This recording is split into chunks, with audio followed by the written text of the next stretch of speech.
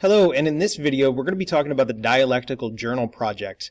Once again, I am Adam Powley. I'm the professor for History 205, American History through Pop Culture. And this is one of our major projects throughout the semester, and it looks like it's a lot of work, but really it's a bit of work spread over a long period of time. And I just want to show a little bit about what it is and why talk a little bit about why we're doing it. If you are on the Moodle page, you can look this up. This is in the general information section. The Pop Culture Dialectal Journal Guidelines will talk a little bit at the top about how pop culture is a good way to understand the culture of the time. Different attitudes, different understandings that the people had, even some of the conflicts of a given era. This should kind of make common sense. If you think about the music of the 1960s with all of its anti-war protests, civil rights music, even the backlash to the counterculture, especially in something like country music, we can understand an era through their music, through their movies, through television, through comics, whatever it is. And you're going to have a lot of flexibility in the Dialectical Journal Project. The idea of the Dialectical Journal is that you're going to have a conversation with the pop culture.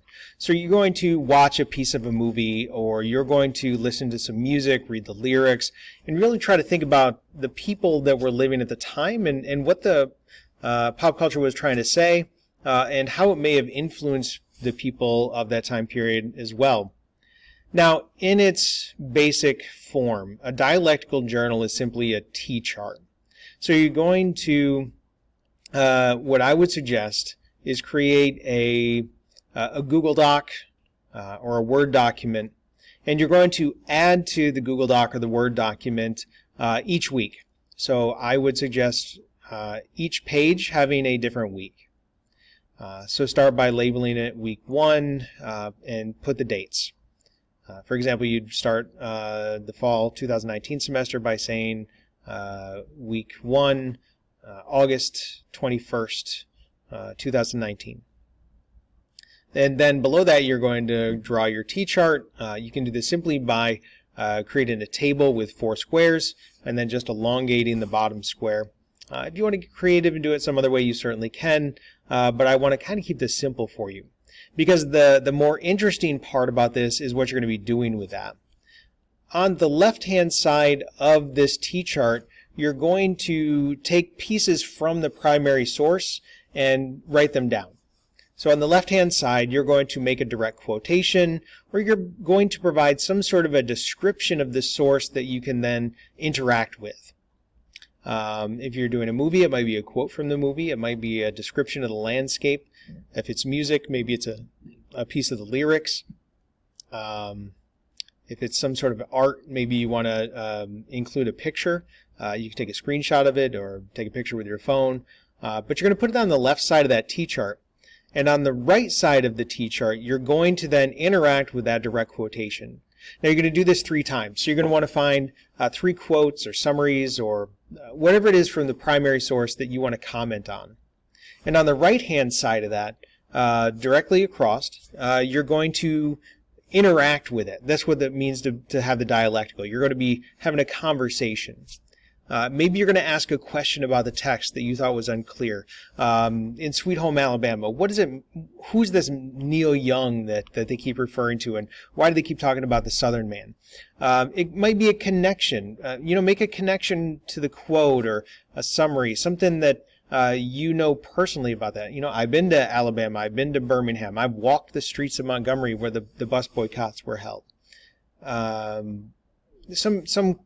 Some way that it makes you feel. So make a connection to the primary source. You might write a hypothesis or make a clarification. Maybe the pop culture is referring to something and you're trying to make a guess as to what that reference is. Maybe you want a clarification. Maybe you're going to explain what the primary source meant, or at least what you think it meant. You could reflect and think deeply about something. Try to make a conclusion about how that source is commenting about the world or humanity or the society that made the source. Make an evaluation or a judgment of the source. You can certainly make a judgment about the people that made the source material. again, try to consider the values at the time. You can create something as well. You can draw an image. This is a digital document, so you could provide a hyperlink.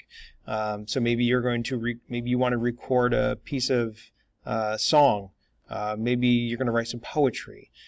You want to draw a picture. You can create a quick video and put that in the right side. So on the left-hand side, you're going to take 3 quotes from the primary source. And on the right-hand side, you're going to interact with those quotes somehow. Now that's the first step, and you're going to do that every week. So if we look at our course Moodle page, you'll see that I've tried to write a reminder of this. Remember to complete your dialectical journal entry. And I'm going to give you options each week. So the pop culture primary source options will be under this link, under this label here. I have a website that I'm building that'll have them all on that single website, but I'll provide links each week. You can certainly pick something from that week, from the website that I'm making, but I don't want you to feel limited to those options. If there's something from the 1970s that you feel was more important, or maybe I just didn't know about, or maybe it ties in with your cultural understandings better than mine, I want you to go ahead and feel free to pick something that's not on that list. But then you're going to interact with it. You're going to tell me what that source was on that dialectical journal entry. So under the date, I want you to write down what is the source that you're referring to, write down your T-chart, and we're going to do that every week. And the reason that we're doing that is because one of our goals in the class is to understand interactions over time in our humanistic thought. So when we get down to, is it week? The week of September 30th to September 6th, I believe this is week 7, you're going to write a reflection paper. And in that dialectal reflection paper, I want, again, this is a reflection on your part. Essentially, you're going to ask, what have you learned about the people and events of these time periods based on the sources? I've given you some additional questions you can think about, and I'm really looking for something that's no more than 500 to 750 words. So that's a page and a half or so. What do the sources have in common? What are some of the differences? What do you think the sources say about the class themes? We'll talk about the class themes in the on-essay video. What do they say about the people that were the intended audience? Who were the people that are in the intended audience? What about people that are not the intended audience? What do they get out of the different themes? And again, we're trying to think about the continuities and change over time. We're going to do 2 reflections. The first reflection is week 7. The second reflection is, again, for the whole dialectical journal, and that's going to be the last week of the last full week of class. The full dialectical journal is going to be due. I'm not going to check these every week. I'm only going to collect the last one with the 15 entries all together. We do have a small project at the beginning, or a small assignment at the beginning to set up the dialectical journal, and that will walk you through the creation process of the Google Doc that I mentioned. We do have the final dialectical journal reflection, which is going to cover all the entries 1 through 15. And that will be all we're going to be doing in that last full week of class. And I think that's about it for the dialectical journal. If you have any questions, again, feel free to post something on the Slack channel. You can ask me a question through email, or please feel free to give me a call.